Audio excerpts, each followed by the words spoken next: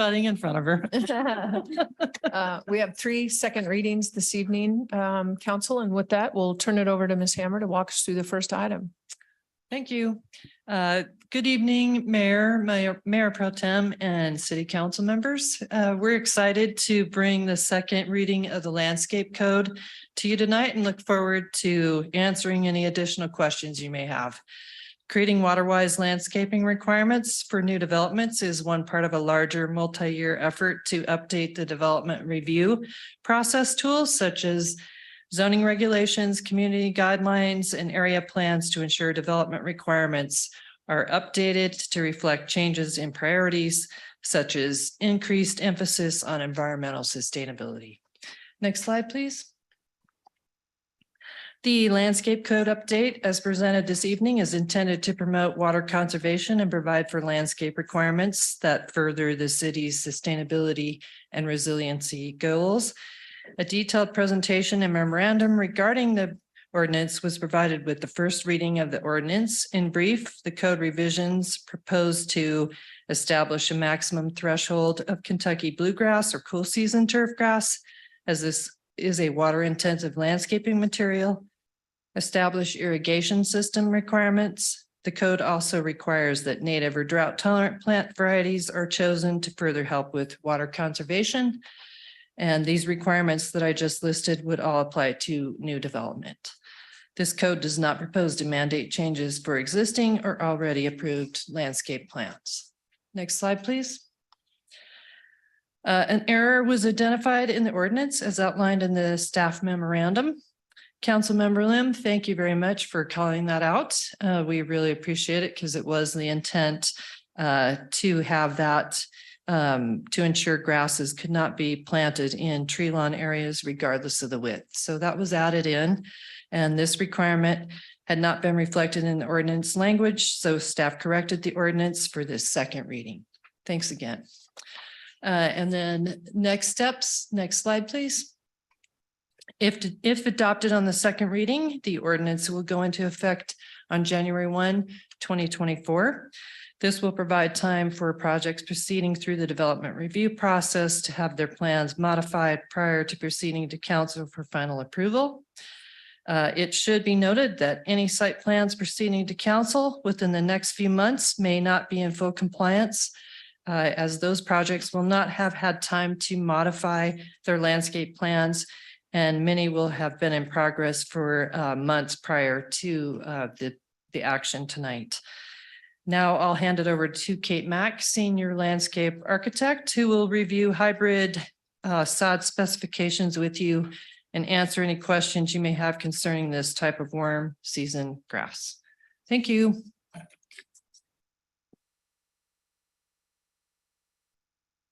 Next slide, please. So one of the questions was pertaining to what is out and available for some of these hybrid turf grasses and alternatives to Kentucky bluegrass. I've highlighted a couple from several different vendors that are local. So Green Valley Turf does provide a, it's called the RTF Water Saver Sod. In trials, it's maintained a high turf quality with 30% less water than traditional Kentucky bluegrass lawns. It is more of a rhizome based fescue, so it does self-heal, meaning that the grass grows horizontally and vertically. So if someone were to, turn on it and it create a hole, it will actually go and mend itself back together with it not needing overseeding. This does come available in sod rolls or seed. And currently one of the largest expanses of it is at IKEA in Centennial. Another option from Green Valley Turf is the Tahoma 31 Bermuda grass, which is typically a southern grass. This is actually one that is a hybrid that's gone through several testings and uses 50 to 75% less water, and it has been shown high survivability within Colorado. Next slide, please. Todd Valley Farms is actually out of Nebraska, but it is the closest that does provide buffalo grass, which is native to Colorado. The legacy buffalo grass is a native warm season grass. It does save approximately 70% less water. It is hardy to -45 degrees, so it will also survive here. It's low growing at 3 to 5 inches tall, and once established, it only requires 0.3 of an inch of water a week. The Prestige buffalo grass is also one that does well in warm season, and that one is hardy down to -20. Both come in like flats of plugs, which are just smaller pieces of the turf grass. And then you install it roughly in like a triangular pattern throughout your lawn. In about 2 to 3 months, you have, I'd say, about 60% coverage. And by the end of the growing season, you can have 80% coverage. By the next growing season, 100% coverage. So it does actually establish quite quickly and much faster than going from seed. Next slide, please. So Turf Master is another one. They are actually out of Fort Collins. They have their EnviroTurf, which is a hybrid fescue. Most of these are proprietary sod mixes that they have, so I cannot give you exact percentages of the warm and cool season mixes that are in there, but they do have a nice blend of everything. This does use a 40% less water, and it's just very, all trials have shown that it is extremely drought tolerant. The next is Nature's Prairie Turf, and that is much more of a blend of native grasses from the Rocky Mountains and Western US. It features grasses that grow slowly and is adaptable to high pH soils and will tolerate even some salt in the soil. So it's actually quite tough. Since it's comprised of prairie grasses, it's very adaptable to our climate. Next slide. One of the concerns was pricing and if this was going to be a hardship specifically for single family homes. As you can see, it's kind of all within just a couple $100s of each other. I did use 500 square feet as my example. So on the chart, you can see what the prices would be if you actually did pick it up at the sod farm, the delivery price to Broomfield, and then also the delivery price, including installation, any kind of soil prep and amendments you might need, and fine grading for 500 square feet.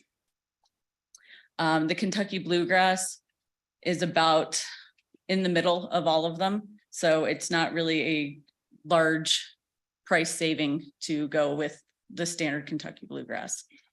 So next slide, please. So that does cover with the turf grass. One other question that was asked was in regard to the moderate hydro zone, 11.4 gallons per square foot per season number.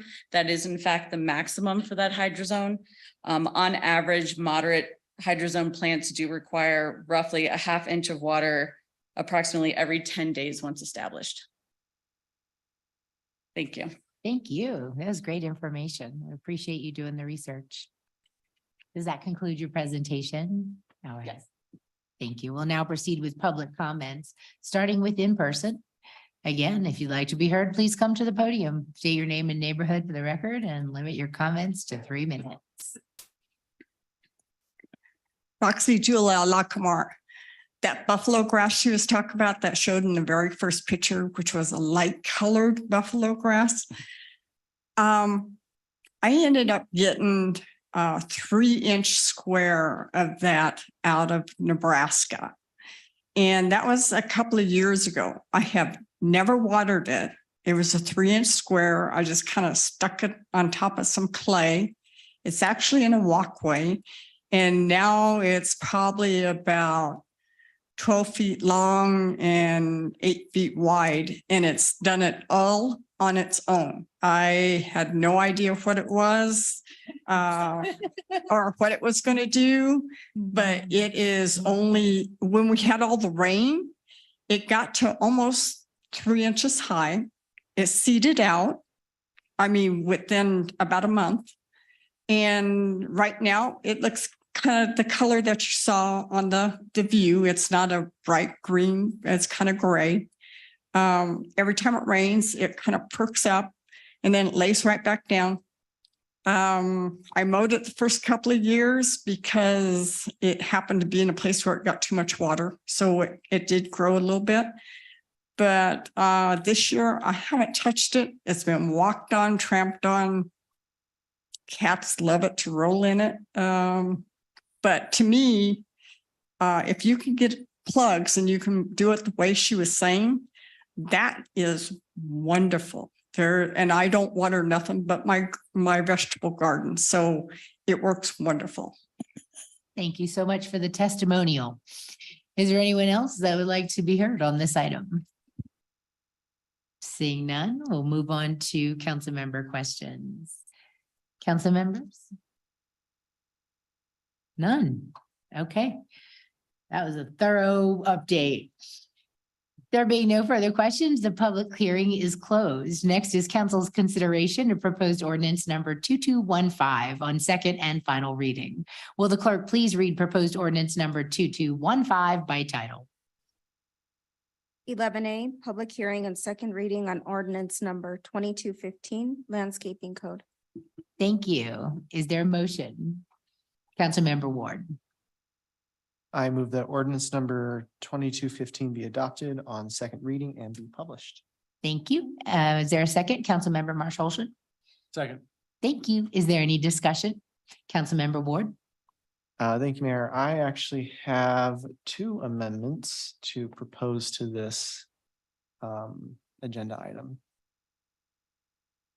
Get those put up, please. My first amendment is as it relates to the cool season grass requirements we have in this proposed code. So my motion is to amend ordinance 2215 to prohibit in all residential areas and commercial properties, excepting golf courses, from using turf grass or sod, seed and mixtures that contain more than 20% mixture of cool season grass.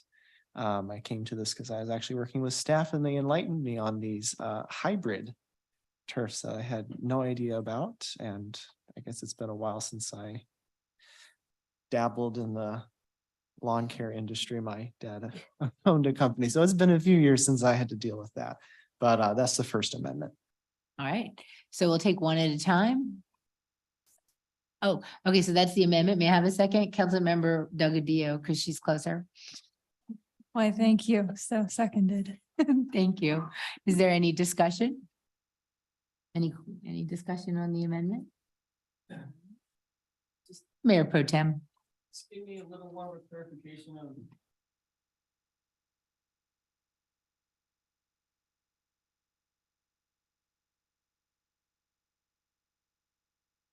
We need a Too many subject matter screens. expert. If I may, Councilmember Ward, if you don't mind, and staff, please jump in. But so you'll see on this second slide, to make this change, the edit is going to be that we're going to refer a lot of areas to table 1. And in table 1, it will have the type of development, and then on the turf area, it will impose that requirement. So when you're looking at development and you go to your type, whether it's residential or multifamily, and you look at the type of turf, it'll have that 20% mixture. And then on to address the commercial, excuse me, for fields and golf courses, we amended that section. So it says in all other development, except multi-purpose fields and golf courses, you have that 20% mixture. So that's how the actual amendments would look. Just to clarify, the way it's written right.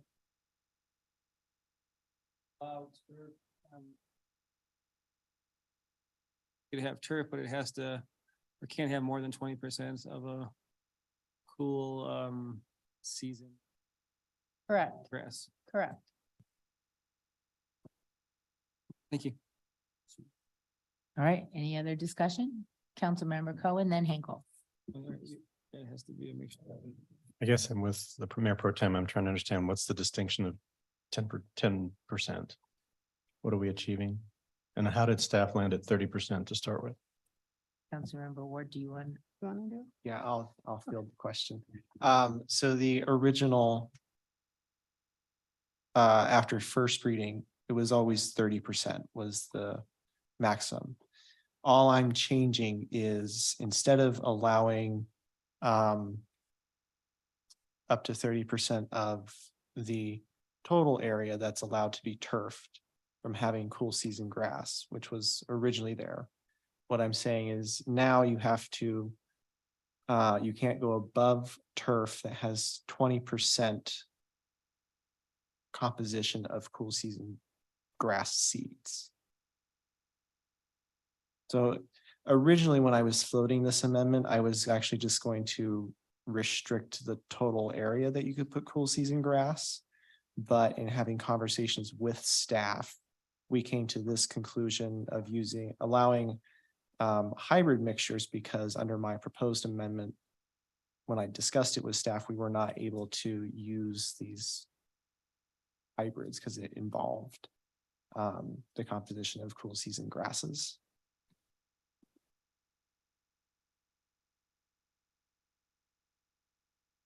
One second. We still are waiting for Councilmember Cohen. Does that help? Or do you have a follow-up? Henkel is before you, Councilmember Henkel. Both Councilmember Cohen and I are scratching our heads just a little bit, just so that we understand, I appreciate you bringing this forward, and I just want to know a little bit more as to what's the end game? Are we using water less, or what is, it looks like it's 20% of 30%. Am I reading that right? I feel like So. the dumbest old math teacher ever. Councilmember, the end game, yes, is to further reduce water consumption for all of our lawns, both residential, commercial, et cetera. I get it can be a little confusing based on the just the way the numbers are working, but I think really what you need to know is any area that's gonna have turf, it's no more than 20% of that mixture can have cool season grass in it. Okay, 20% of the 30%. Yeah. that's what I was kind of reading, how I was reading it. I was like, it's 20% of 30%. Yeah. And then my math brain is going, Beto, Beto. I think I just need to understand as far as, did we measure how much water that conserves? Do we have an actuality on that, or does it, I'm just wondering if it really matters or not. I'm I think assuming that you think it was- matters. So Councilmember Hinkle, I think that was the reason I had asked staff to give that presentation about what are the different mixtures of cool season, warm season, that hybrid, and what is the actual water reduction we're seeing. So all those numbers up there that say, oh, it reduces anywhere from 30 to 70 or something %, that's the water reduction you would see depending on what type of mixture they use. Okay, per square foot or however that works. Okay. I think I'm understanding it more. I understood what the presentation was for. I wasn't here during the first reading, but I appreciate that. Okay, that's all I have right now. All right, next is Councilmember Leslie. Thank you, Mayor. So cool season grass, we're talking about Kentucky bluegrass then, right? Basically, right. So what this amendment would do would be to further limit the use of things like Kentucky bluegrass in the turf mixtures that would be planted in somebody's home or property. Yes, correct.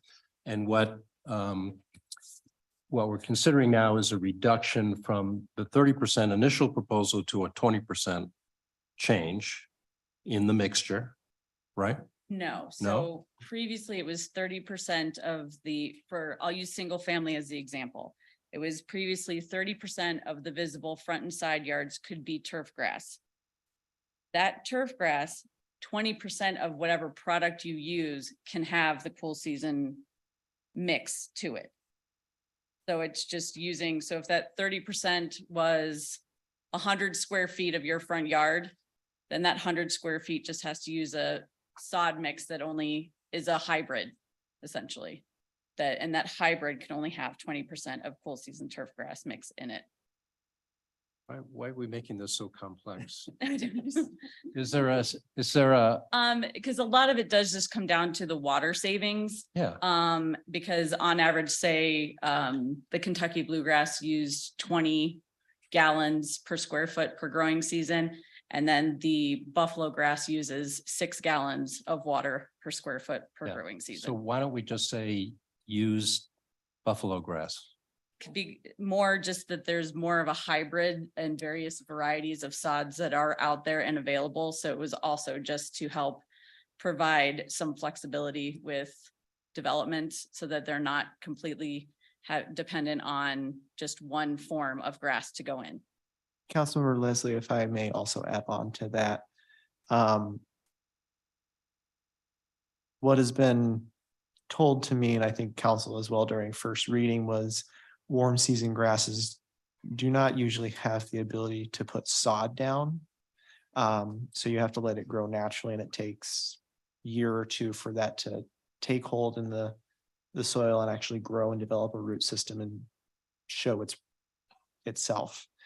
Whereas this hybrid mixture achieves the goal of water reduction, while also allowing for a sod to be placed down, so you can just Yeah. lay it down like a traditional. No, I understand that. I Blues. appreciate that clarity. So it was a I- I- compromise. Yeah, I think we're just a little bit confused about the 20%, 30%. My impression was that we were reducing the mix totally from an allowance of 30% mixture to a 20% mixture. The 30% was never part of any mixture. Oh. It would just had to do with square footage of turf area. Okay, okay, maybe that's what's caused the problem.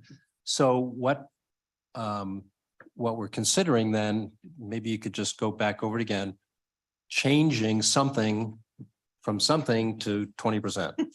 What is that something we're changing? 100% Kentucky bluegrass to 20% max, say Kentucky bluegrass in your blend of turf. Okay, in your blend of turf, whatever the size of the yard you have. Correct. Okay, good. I can go with that. Thank you. All right. 50% and 20% and 30%. Councilmember Anderson. Okay, thank you for that clarification. I think I understood this from the start, and then we get this 20% mixed in. But so going back to the presentation. Every example you showed us was a mixture that fit the 20% mixture of the cool season. Like every single one of those would be an option. Is that the? As best as I can tell. Like I said, several of those are proprietary mixes, so I can't get specifics, but kind of just based on their descriptions from them and what they do say is part of the mix. Yes, they do fall within that 20%. I think that's where some of the confusion was coming in, is that it is like one homogeneous type of grass that you're using for that full amount, not patchworked. But so how, okay, so if it's proprietary, and how would the person installing their lawn use that if they couldn't prove it was 20%? They wouldn't be able to choose that one, or? I'm open to allowing several of the turf grasses. Most of them do come with at least a general overview of what is in them and how much water reduction they are providing in comparison to Kentucky bluegrass. The industry is leading and moving more towards drought tolerant grasses. So this is something that they're moving towards at this time. Okay, so just the one question for Councilmember Ward was, why wouldn't we just go with a description of the reduction in water use as opposed to the percentage of a mixture, since some are proprietary? Or is that like a staff recommendation? That's also to kind of answer if it is done by seed. Because when you do it as a seed mix, then typically you do get a better breakdown of what is within that seed mix. And then I'm trying not to get too technical on it. well, it's just like, I don't want to prohibit like certain types of grasses. And then, is there any reason why somebody would want, and like understanding this, that these grasses work perfectly fine, that they thrive? Is there any reason why someone would want to use stay with the bluegrass in this climate?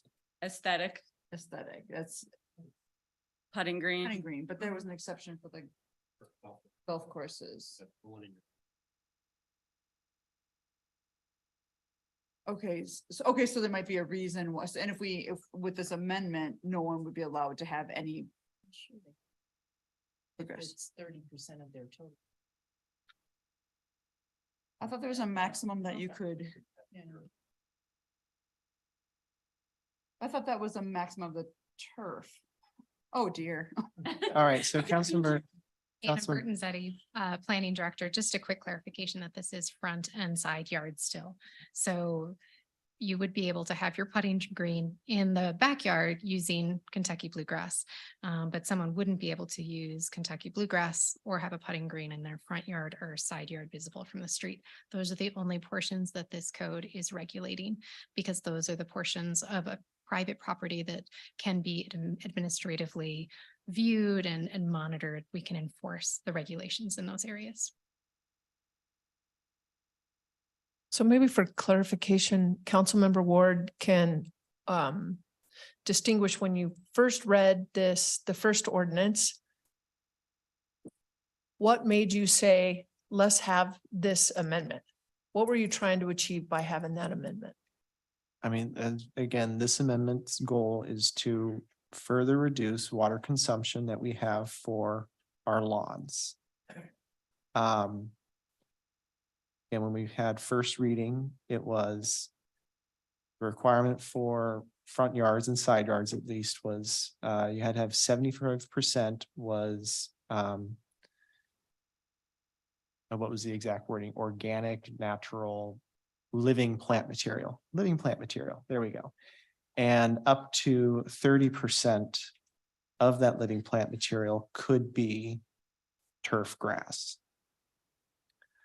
That was cool season. So what in working with staff, coming to this language for the amendment, all we're doing is changing the requirement for what is the composition at its core, what is the composition of that turf grass to ensure that we're meeting the reduction in water consumption. We'll get back to you, Councilmember Cohen. We're still on Councilmember Anderson. Okay, thank you. And this is why, I think it was raised to us that if we're going to make changes like this, it'd be nice to have that third hearing, and now third reading, and now I'm understanding why. Because stuff like this, when it comes up, the public hasn't had a chance to put input into it. I am still not sure I fully am comprehending this, and so I'll listen to the rest of the questions, but this was the reasons why we have the provision to bring it forward a little bit sooner. So thank you. Well, he actually did send it to I us. did send this in an email Yeah. last He week followed on the Thursday. rules. Okay, So I must have missed that one, sorry. that's okay. He did follow the procedure. I commend him for that. So moving on to Councilmember Marshall. Thank you, Mayor. I feel like this got way more complicated than it actually is. So I'm just gonna clarify with Nancy and Austin, Councilmember Ward, just to make sure that I understand this. The way that the ordinance is currently set before the amendment, you can't have more than 30% of your yard as grass, turf grass. So if you have 100 square feet, that means 30 square feet of it can be turf grass. But the current way it's currently written, all of that 30% can be Kentucky bluegrass. So you have 30 square feet of Kentucky bluegrass. This amendment is just saying that that grass has to be a mixture of seed that contains no more than 20% of Kentucky bluegrass. So it's not like you can have 20% of 30% as a patch of bluegrass and the rest is something else. You have to have the seed mixture for the entire 30% can't be more than 20% cool season grass.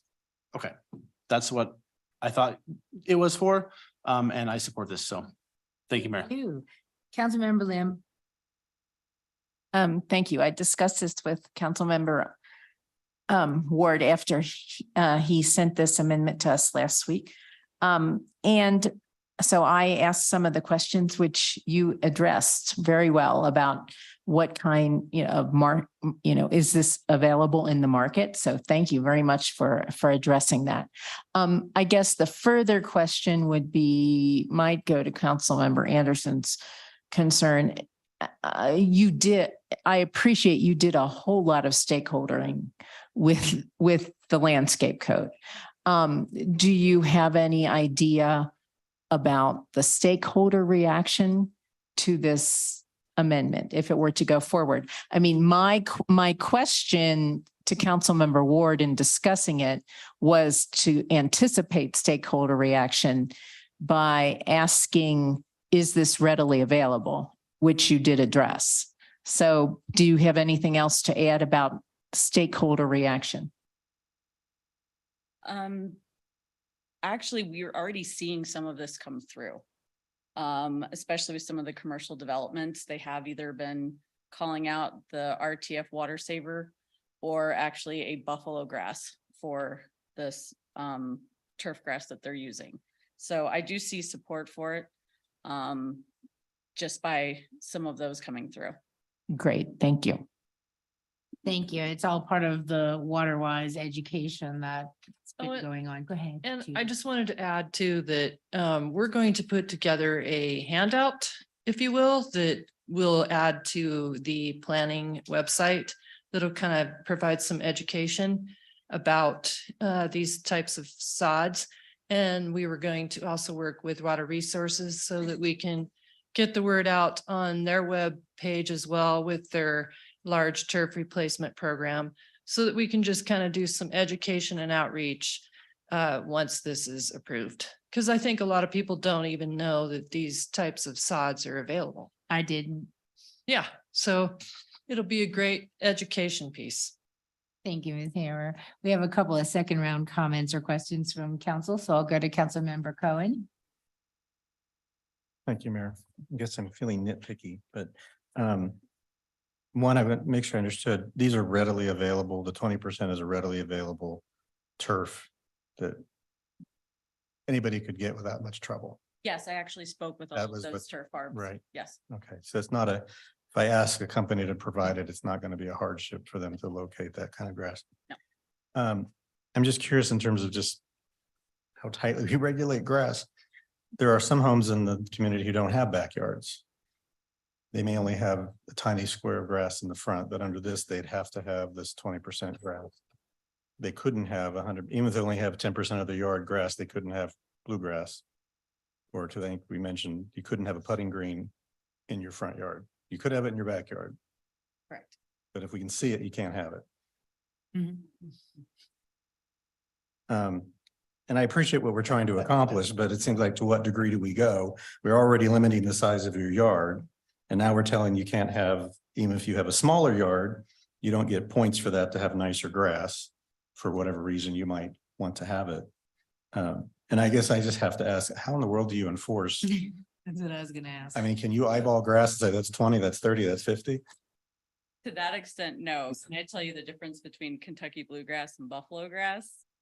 Yes, but those are also two very extremely different turf types. So it would be more along the lines with plan review at the front end. And We're only really talking about new builds. correct, Developers are gonna, well, actually, they don't always put grass in.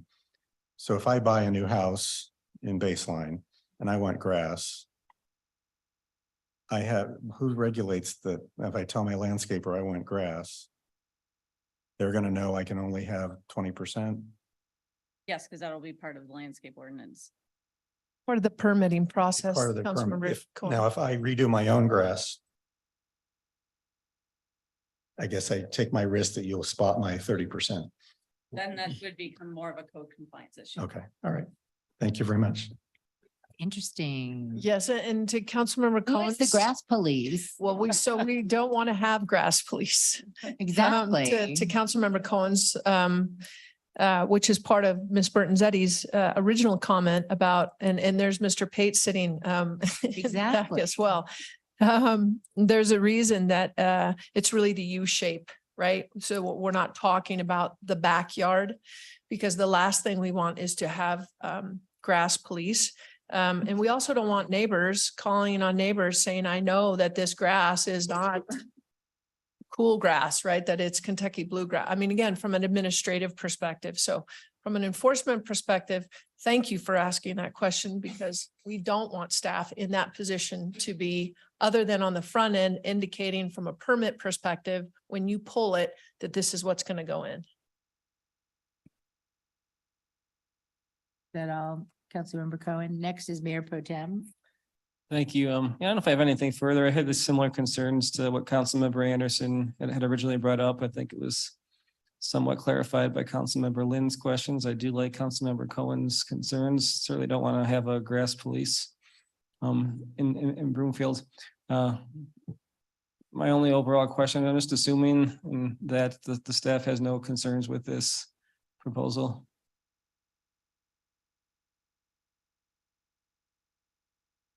Thank you, Mayor Pro Tem. We do not have any concerns with this proposed amendment. Thank you.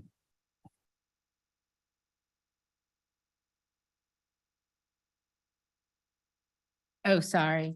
So that was it, Mayor Pro Tem? Councilmember Marshallson? Thank you, Mayor. Just one follow up. I don't want grass police. I don't think we should have people, spying on their neighbors to report them for grass. That said, we live in a semi-arid climate and water is gold into the future. And we live in an ever increasing climate change crisis. And we should do this simply for the principle of, Kentucky bluegrass in a desert is a bad idea. And it is not something that, if we had the funds as a city, I would want to replace all of the non-essential grass that we currently have, maybe someday. But I think the principle of it, I think this is something we need going forward. So thank you. Thank you. Councilmember Anderson? Okay, thank you. So I have a couple of questions. So one of them is, do we get any feedback from the developers? Like, is this the direction they're moving already anyways? Like, is this where they're headed? Or is this going to be a hard sell for someone who's putting in new residential development to move away from? I totally agree with why we're doing it. I just want to make sure we're not doing something Yeah, that's a very good question. I appreciate it. As a matter of fact, just today, we got a site plan in that was approved by city council in November. And I pointed out to Anna that they're actually putting in that type of sod. So the hybrid mix, that one of the varieties that Kate reviewed tonight. So developers are very interested in trying to conserve water as well, because it's an ongoing expense for them. So we're finding that it is available, and they're, the bigger developers are aware of that variety. Okay, so we're not seeing resistance from No, developers. No. Okay, They and want to conserve water too, because it perfect. saves them money. Okay, and then the other question is about these, so now these grasses use 50% or 70% less water. So then there's that education component again, because somebody could actually plant this hybrid, but not actually cut their water use. Or would you wouldn't kill that grass, it would grow just fine. So it's a matter of planting that hybrid and then setting your sprinklers accordingly. Correct. So there is that educational component with it. Often if it is done, say by a professional installer, they do also provide watering recommendations along those lines. In terms of overwatering and kind of killing it off, some varieties, yes, some varieties, no, they'll just kind of green up more or grow a little bit faster. But all in, really, it is kind of just that educational component, but also too, people that are kind of already moving towards these more drought tolerant, turf mixes are doing that research on their own as well. So.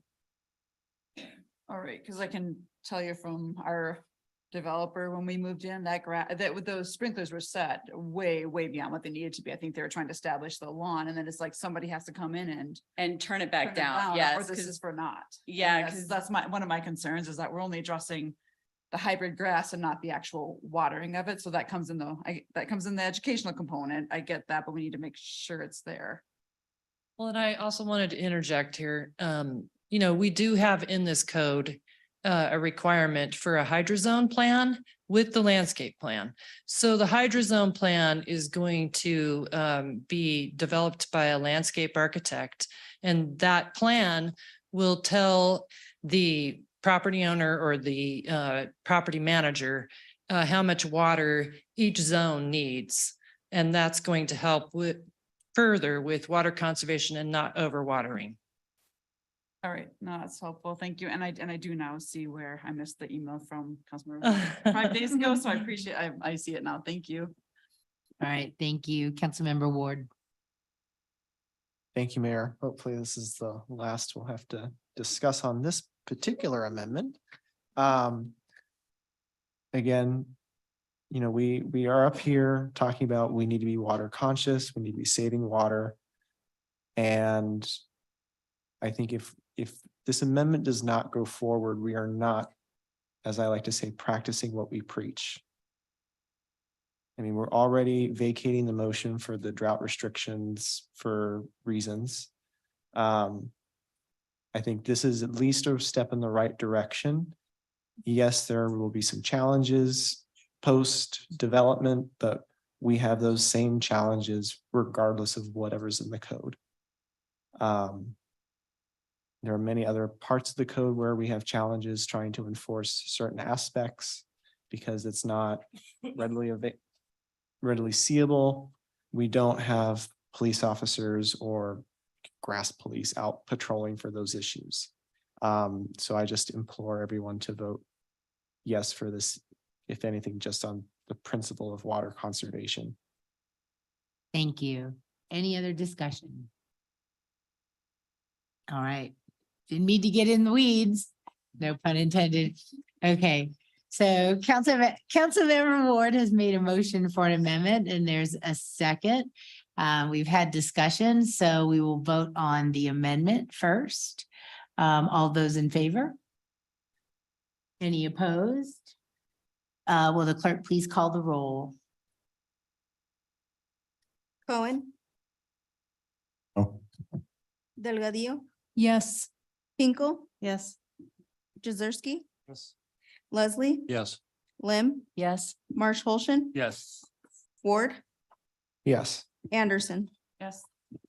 All right, that passes 8-1. Now we'll go back to the vote on ordinance 2215 as amended. All those in favor?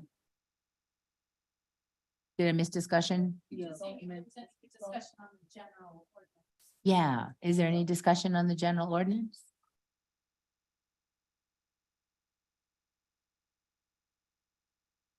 You can discuss. You're good? Okay. We're good. Okay, well then, all in favor? Any? We're going to skip the second one. So Councilmember Leslie, did you have a question? No, I'm trying to vote yes. Okay, let's get back to this. All those in favor of the ordinance 2215 as amended?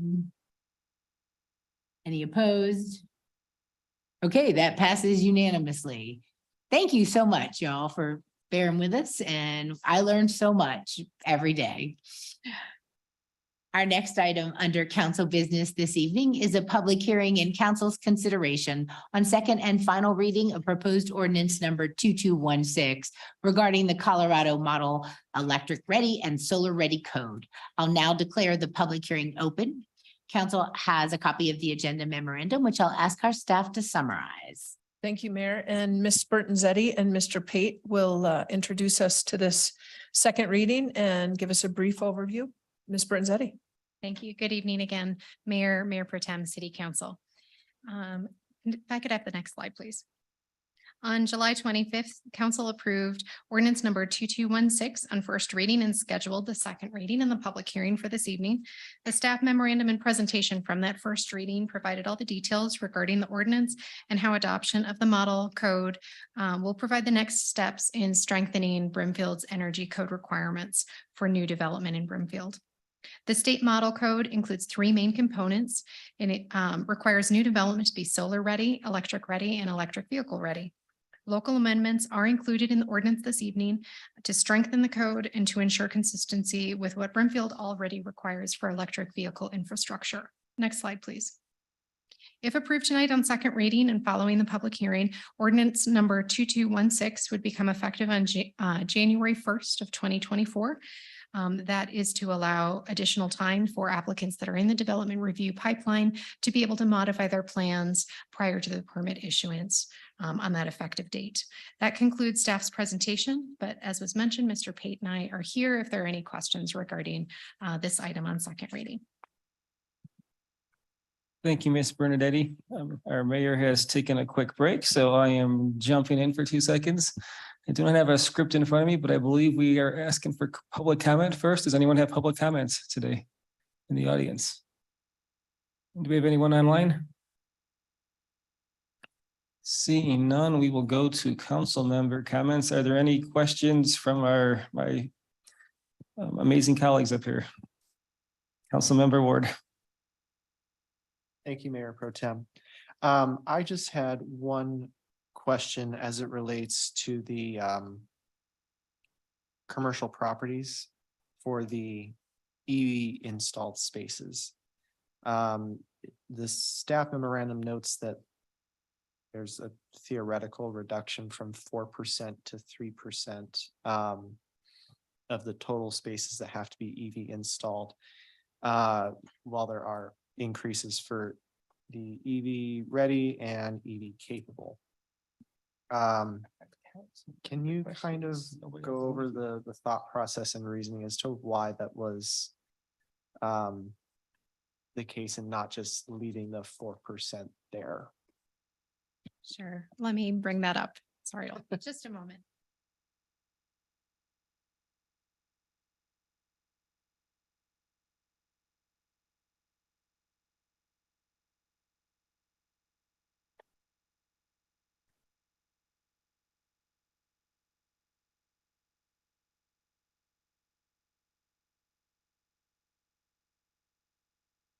Sorry, I had to go back to my first reading memo here, so just take me a second, sorry. No worries. So this was in reference to, I had so many tables in that first. So the installed spaces for commercial for more than 10 parking spaces. Are you looking at a particular table comparison? Yeah, so in at least the memorandum that's attached to the council agenda, it references what our current EV requirements are.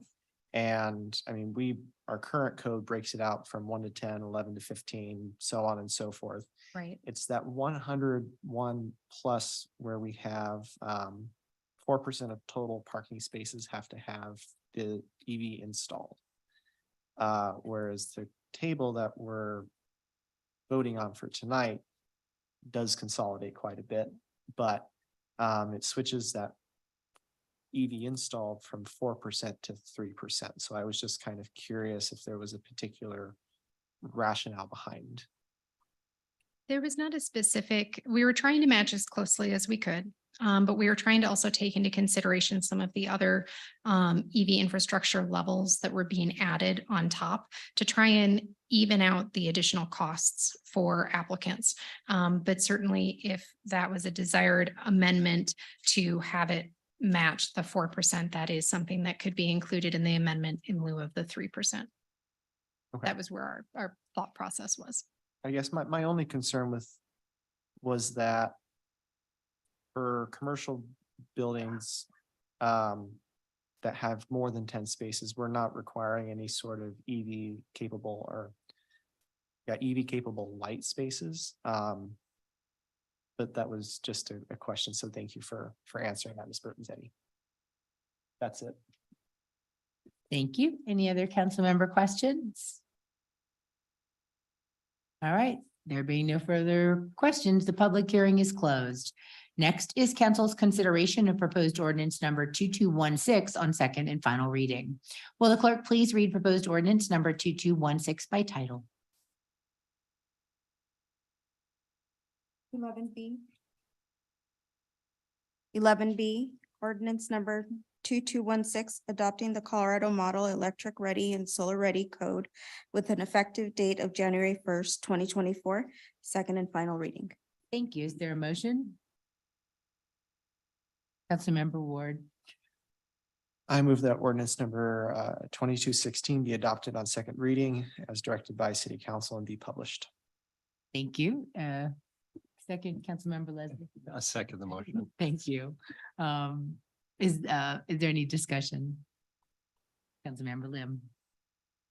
I just wanted to clarify regarding some of the emails that came in from residents that this is the adoption of the statewide building code, which will set a baseline for all municipalities when they adopt any future building code, that this has to be adopted in its baseline, so that there was some misunderstandings, I thought, in some of the resident emails. So, and I would like to thank Mr. Pate for his participation in that statewide building code committee. Thank you. Thank you very much. Any other discussion? All right, seeing no further discussion, we'll move forward to the vote on ordinance number 2216. All in favor? Any opposed? That passes unanimously. Thank you very much for all your work on this. Mayor, just really, just one Sure. thing real quickly. Anna, could you also let the council and the community know about Mr. Pate's most recent accomplishment and achievement? I know he's going to love that I'm doing this. Will you please share with us? So in addition to many of the other appointments that Mr. Pate has held over his career, he recently was appointed by the International Code Council to serve on the, I'm going to try and get this right, the Ways and Egress Committee. Means of Egress Committee and for the next 2 years. And during this appointment, he will work on it's a nationally appointed board to look at potential amendments that could be adopted into the code. It's a very great honor. He does do this independently so that we're so happy to have an expert like this on staff, but I will say it is an independent appointment. He does not represent Brimfield while doing this. But it's a great honor to have someone as knowledgeable as him on our staff. Well, we are very grateful. Thank you. All right, moving on. Our final item under council business this evening is a public hearing and council's consideration on second and final reading of proposed ordinances number 2218 and 2221 relating to residential fire sprinkler system requirements. I'll now declare the public hearing open. Council has a copy of the agenda memorandum, which I'll ask our staff to summarize. Thank you, Mayor. And this is our last second reading. Ms. Burton-Zetti. Again, most of these nights, I feel like it's the Ms. Burton-Zetti show. So walk us through this last item, if you would be kind enough. Thank you. Wonderful. Thank you. Good evening again. If I could have the next slide. Staff provided, similar to the last ordinance, we provided a detailed presentation and staff memorandum on these two ordinances, 2218 and 2221 on July 25th of this year. Ordinance number 2218 is necessary to correct an error with the prior adoption of ordinance 2205 that occurred on February 7th of this year. Ordinance number 2221 would modify Brimfield's code to effectively require fire sprinkler systems for single-family, paired homes, and townhomes, with a few local exceptions that would address things like accessory dwelling units, additions, or alterations to existing homes that didn't already have fire sprinkler systems, and homes that are built in subdivisions that are deemed to not have adequate water supply capacity to support fire sprinkler systems. So if approved on second reading, ordinance number 2218, and again, that's the correction ordinance, would be effective 7 days from the publication, and ordinance number 2221 would have an effective date of January 1st, 2024. And again, this extended effective date is to allow developers that are moving through the development review process to be able to modify their construction plans prior to their permit being issued after the effective date. That concludes our presentation, and Mr. Pate and I are here to answer any questions. Thank you, Ms. Burton-Zetti. Mr. Pate. Next is public comment, starting with in person. If anyone would like to be heard on this item, please come to the podium, state your name and neighborhood for the record, and limit your comments to 3 minutes. There's some folks calling in right now. It'll probably take a second or two to screen them. So we'll be patient. It takes a minute.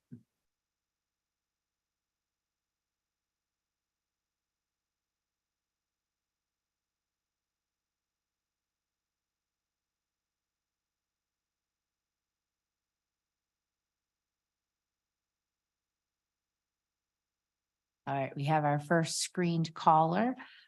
Cindy, you're live and you have 3 minutes.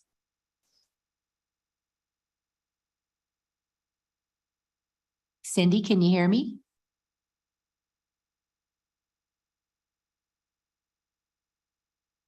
Hello?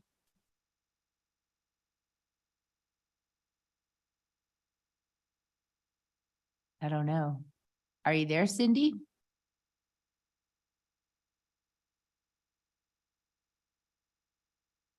There's one that's being screened right now. It's not ready yet.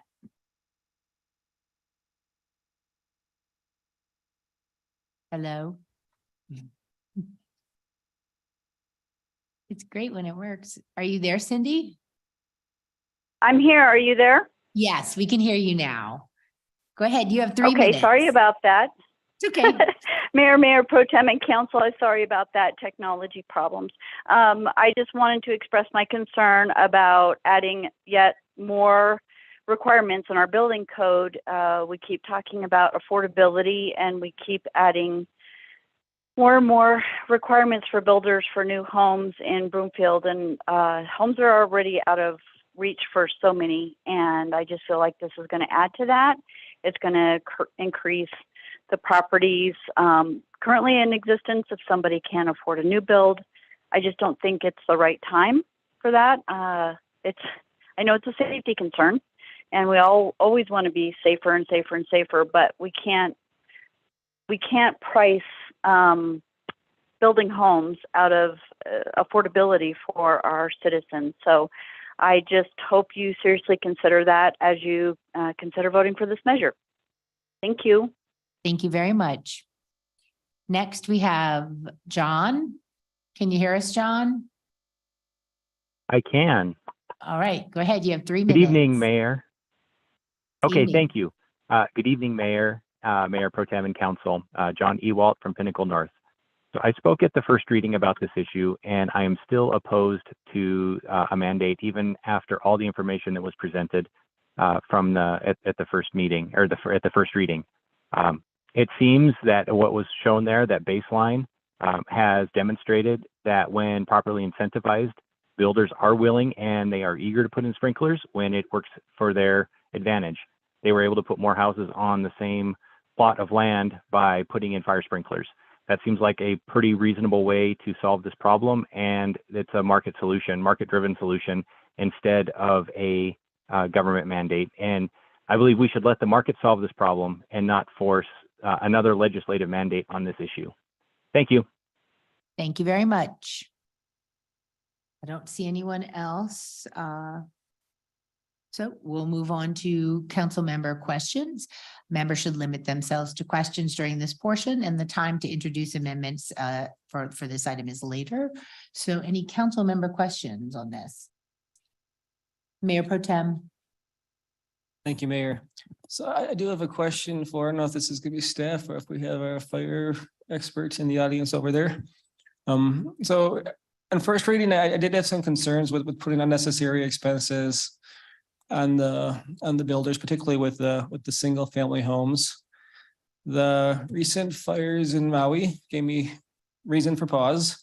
So the question I have is, in a situation like that, or what we experienced last year in Louisville and Superior, would the fire sprinklers, particularly in a single family home, have made any difference?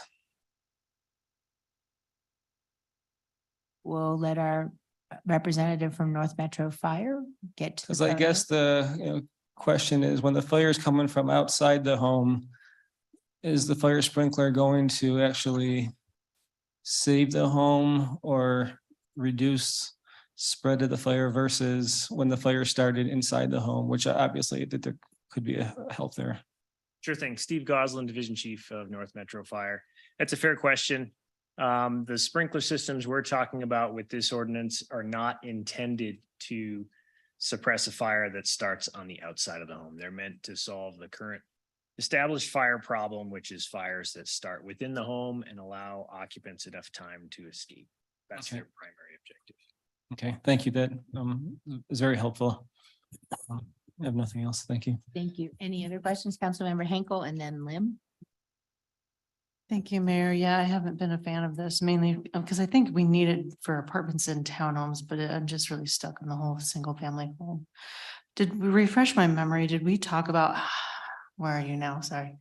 Did we talk about the insurance for how does this deal with insurance and what does that look like?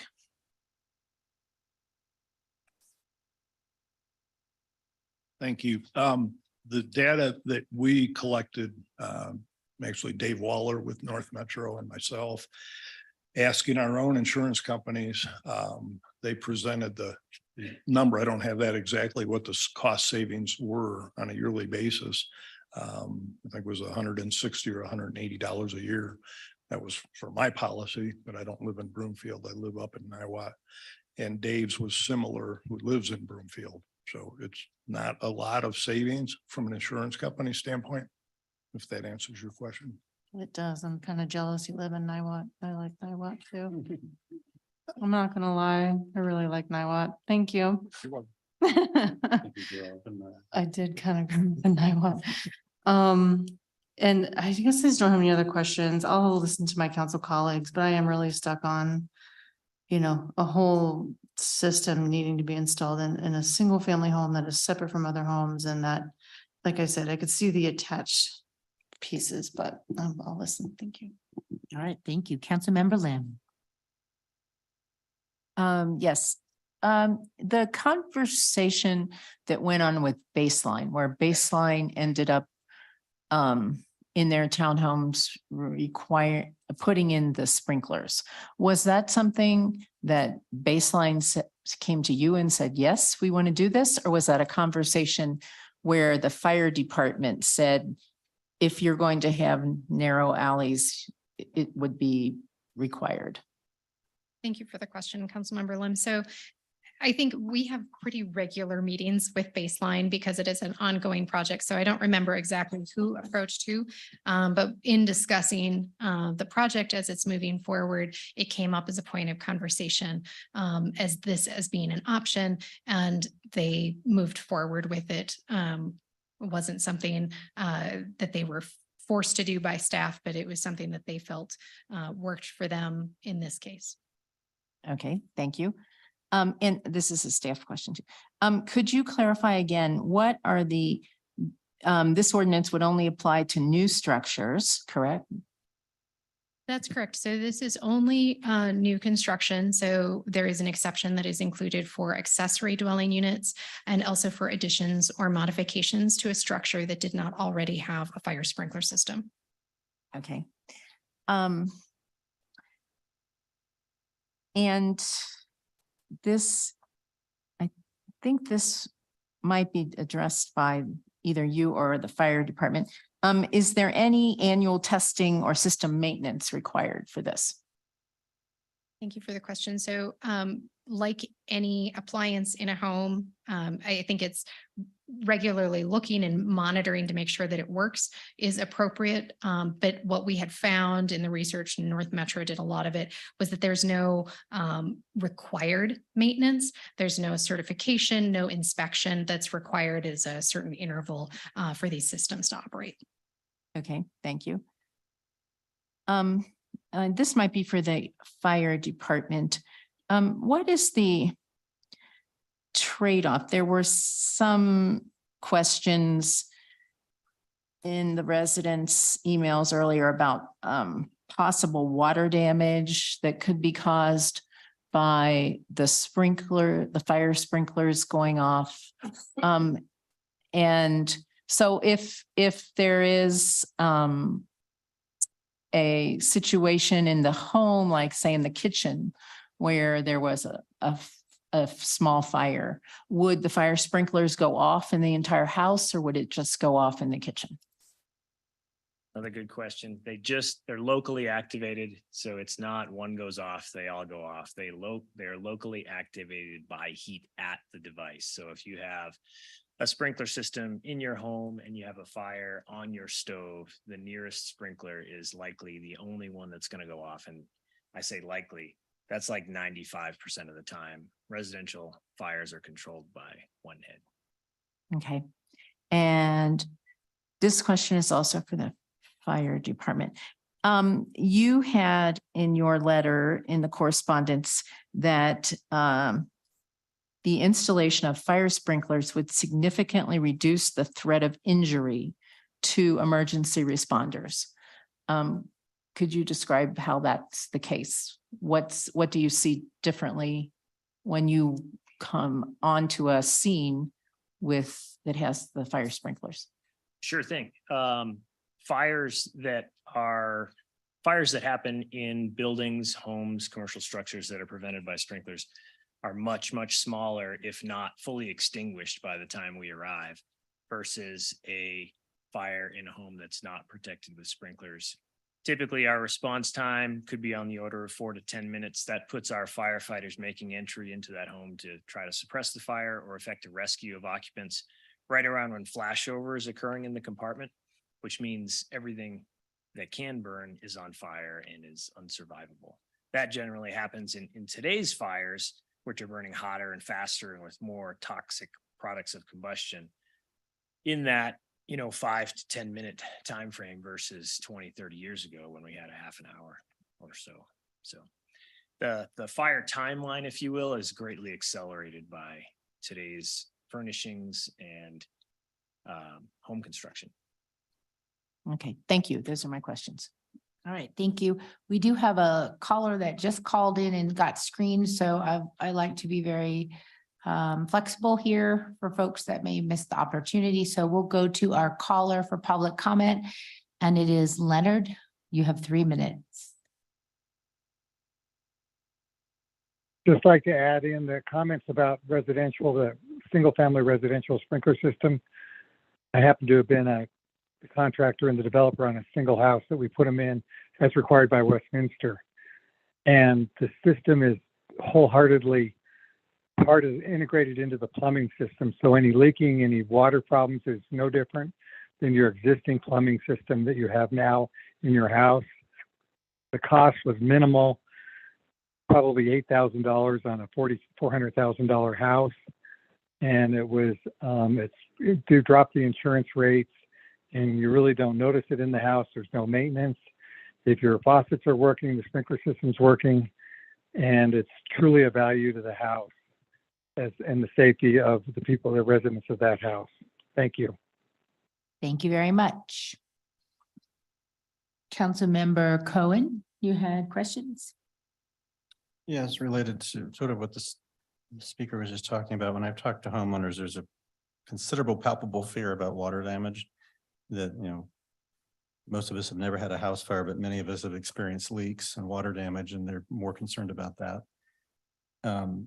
So I guess my thought is we haven't had these for very long. If this was installed in my home 28 years ago, and I now have a 28-year-old sprinkler system, am I at any, I guess, walk me through, how am I supposed to maintain that? How much concern should I have for an aging system like that causing accidental damage?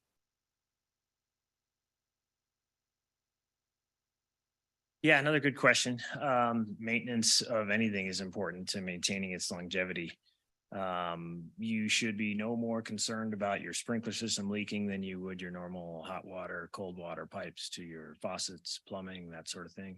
You did raise the question at first reading about colder temperatures in Colorado when I cited a study in Scottsdale, Arizona, who's had sprinkler requirements on the books for decades now, probably 30 years or so. The systems that they've gone through and audited are just as reliable today as they were when they were put in. I guess, for most plumbing, there's access panels, people remodel their kitchens usually in 20 years, but you can't really upgrade your sprinkler system. It's the same system, right? Yeah. And the failure is going to be the same with corroded pipes, or now they're putting in rubber more so than metal pipes. I guess that's the concern I hear from people, is just this palpable fear of, I'll put these in and I'll have a leak and then I'll have caused all this damage.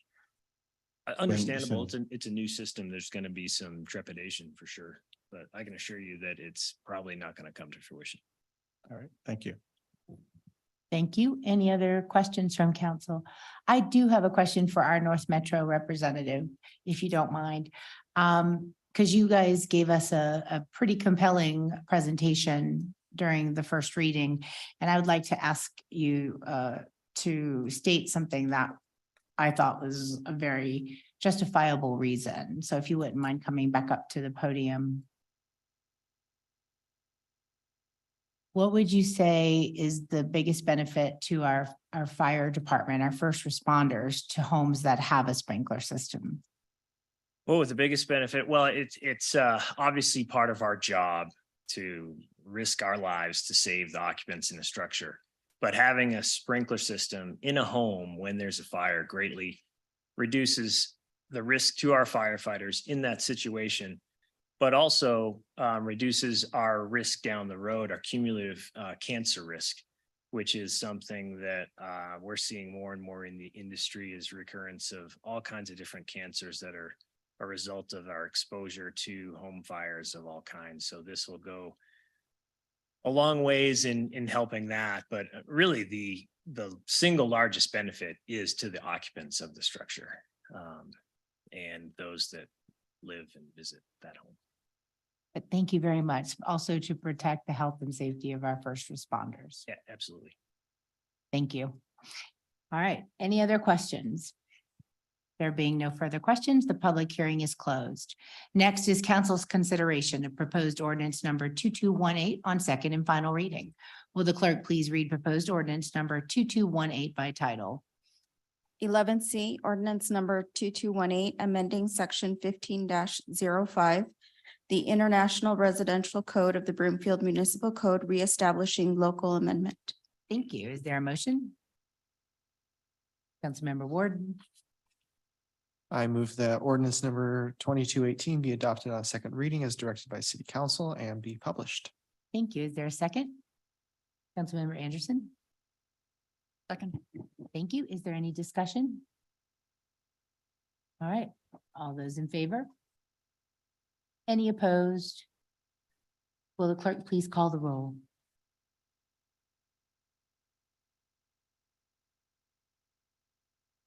Delgadillo, Yes. Hinkle, No. Jezerski, No. Leslie, Yes. Lim, Yes. Marsh Holshin, Yes. Ward, Yes. Anderson, Yes. Cohen. No. Thank you. That passes 6-3. That's good, right? We don't need 7. Okay. All right. Well, thank you very much for all of the work that you've done on this ordinance as well. Okay, what? Oh, we have the cleanup, right? Okay. 22. Oh, now we have, really? Oh, Yeah, that's the one we need to discuss. so we need to do this again? Okay. That was 2218. So we move on to 2221, sorry. Next is council's consideration of proposed ordinance number 2221 on second and final reading. Will the clerk please read proposed ordinance number 2221 by title? 11C, ordinance number 2221, amending section 15-05, the International Residential Code of the Broomfield Municipal Code to require fire sprinklers for single-family detached paired homes and townhomes with an effective date of January 1st, 2024. Thank you. Is there a motion, Councilmember Marsh Holshin? I move that ordinance number 2221 be adopted on second reading as directed by the city council and be published. Thank you. Is there a second? Councilmember Leslie? I second the motion. Thank you. Is there any discussion? Councilmember Marsh Holshin? Thank you, Mayor. I think the benefits to this ordinance are pretty clear from the presentations we've seen from our experts in fire safety, not just on resident damage in the homes, resident safety, but also for the safety of our first responders. I support this, and with all respect to our commenter earlier, whether you're talking about seatbelts or airbags or OSHA workplace safety regulations, the history is clear that the market rarely self-imposes regulations on safety. And it's only through government regulation that these things come to pass. And so that's why I support this, and I'll be voting in favor. So thank you. Thank you. Councilmember Delgadillo? Thank you, Mayor. I'd like to speak personally as someone who recently closed on a house and is staring down the barrel of a $5,000 per month bill coming my way. The thing that's making a dent in our budget, it's not a few $1,000 sprinkler system. It's not even the taxes on that $700,000 home. It is the hawkish Federal Reserve policy that has caused our interest rate to be very high. However, that is not something we have a say over. So I have no problem with this regulation. I think it's reasonable to protect people and property. And so I'd really encourage my colleagues, let's not be penny wise and pound foolish here. Thank you. Thank you. Any other discussion? Mayor Pro Tem. Thank you. All right, I feel compelled to just say something. And it's, as we heard last time, I mean, I am not against public safety, but in this situation, it's a cost benefit analysis and the benefits are very, very minimal. We've heard before that the number of homes in Broomfield that actually would have, I think, triggered any kind of a fire sprinkler system or minimal. I think that I couldn't even get a number last time from the expert that we had here. So I totally get the need for some safety for townhomes and condominiums, but at least for me, there hasn't been any compelling reason to require these in a single family home. Particularly when, if someone wants it, they can make that decision for themselves. We're all adults. And if someone purchases a home and they feel the need to put the sprinklers in there because it's going to make them feel safer, 100%, that's awesome. But I don't feel the need for, in this instance, for government to step in and require something that there isn't a demonstrated need for. Thank you. Thank you. Councilmember Ward. Thank you, Mayor. I just want to second Councilmember Marsh-Holston and Councilmember Delgadillo's comments. I agree with them completely. I think in regards to, we haven't had this happen in Broomfield, that doesn't mean it won't happen. So I don't think we should be looking to the past to see how we should necessarily act for the future and being preventative and not having to eventually be retroactive, which on occasion governments have to end up being retroactive, and there's huge repercussions for us being a retroactive instead of a proactive body. Thank you. Any other discussion? Councilmember Anderson, then Hinkle. Thank you. I feel compelled to add something as well. And I if going back to the previous, the first reading, we did a much deeper dive. It became pretty obvious that these systems put the fire out rapidly as opposed to putting the family at risk and putting our firefighters at risk. And I also, one thing we didn't talk about again today was the change in the materials inside the house and things being much more flammable these days. So there have been changes, and also our future development is going to continue to be more and more dense, which just adds more compelling reasons to add the fire sprinklers. And we did do the exception to allow some of the areas where the cost would have maybe been overly burdensome, but for the few $1,000s, I agree with my colleagues that are like, that is not what's making housing unaffordable. That's just to protect safety from fires. So I will be voting yes. Thank you. Thank you. Councilmember Hinkle. Thank you, Mayor. Yeah, it's going to take us 50 years to recoup the cost on the savings by installing the sprinklers. So I really feel like if you really want it in your home, especially if it's a single family home, I feel like it's together, and I feel like you can't really make that decision necessarily for your place, because somebody else's place could affect your place much more quickly. But I feel like if you can afford a single family home, you can afford a sprinkler system alongside that. I don't feel like it should be mandated at that point. Thank you. Thank you. Any other discussion? All right. Well, there's no amendment to remove the single family, which could have been offered in advance, but this is what we have right now. So there being no further discussion, we will take the vote on ordinance number 2221. All in favor? Any opposed? Will the clerk please call the roll?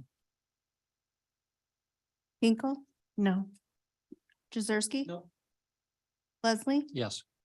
Lim, Yes. Marsh-Holston, Yes. Ward, Yes. Anderson, Yes. Cohen, No. Delgadillo. Yes. That passes 6-3. Thanks again for all of your work, and we're really done with it now. The city and county attorney's report is next. Ms. Rogers, do you have a report? Thank you, Mayor. As a reminder, as Councilmember Ward mentioned, we have the Charter Review Committee's next town hall is Monday, September 8th in the Health and Human Services Building from 6 to 8. You'll see it on our social media. You'll see it on the website, and we'll try to get the word out, but please tell your friends. The other announcement that I had the tail end of last week, I had the opportunity to attend the Colorado Opioid Abatement Council Conference Conference, which is the group that's working to distribute the opioid settlement funds throughout the state. Sarah Mock from Public Health was there for Broomfield, and it was just really impactful hearing the stories of lived experiences from those who have struggled with addiction or have lost people to overdose or to opioid abuse. So tied with our proclamation today, I just wanted to share that Broomfield has some great neighbors working on this, and Broomfield's work on this and distributing over $200,000 of funds already, and more to come is hopefully going to help address this problem in a very effective way for our residents. Thank you very much, Ms. Rogers. Does anybody have any questions on that? Oh, Councilmember Ward? Ms. Rogers, it's September 18th you said September 8th, so I just want to make sure everyone's clear. It is September 18th 18. from 6 to Thank 8 you, in Health and Human Councilmember Ward. For Services. some odd reason, something is not connecting about this town hall, and maybe I should delegate it out. No, that's fine. I just wanted to make sure there wasn't any confusion with residents. Thanks, y'all. The city and county manager's report is next. Ms. Hoffman, do you have a report? Mine should only take about 45 minutes. So if we want to take a break, no, I'm kidding. No, I. Oh, we're all going to be ended before the break. That's so awesome. So no, you don't have anything. Good. Okay. There is no legislative update or business before the Broomfield Urban Renewal Authority or the Arista Local Improvement District Board of Directors this evening. Additionally, there are no special reports and no requests for future action, concluding the items on this evening's agenda. Is there any other business to come before the council?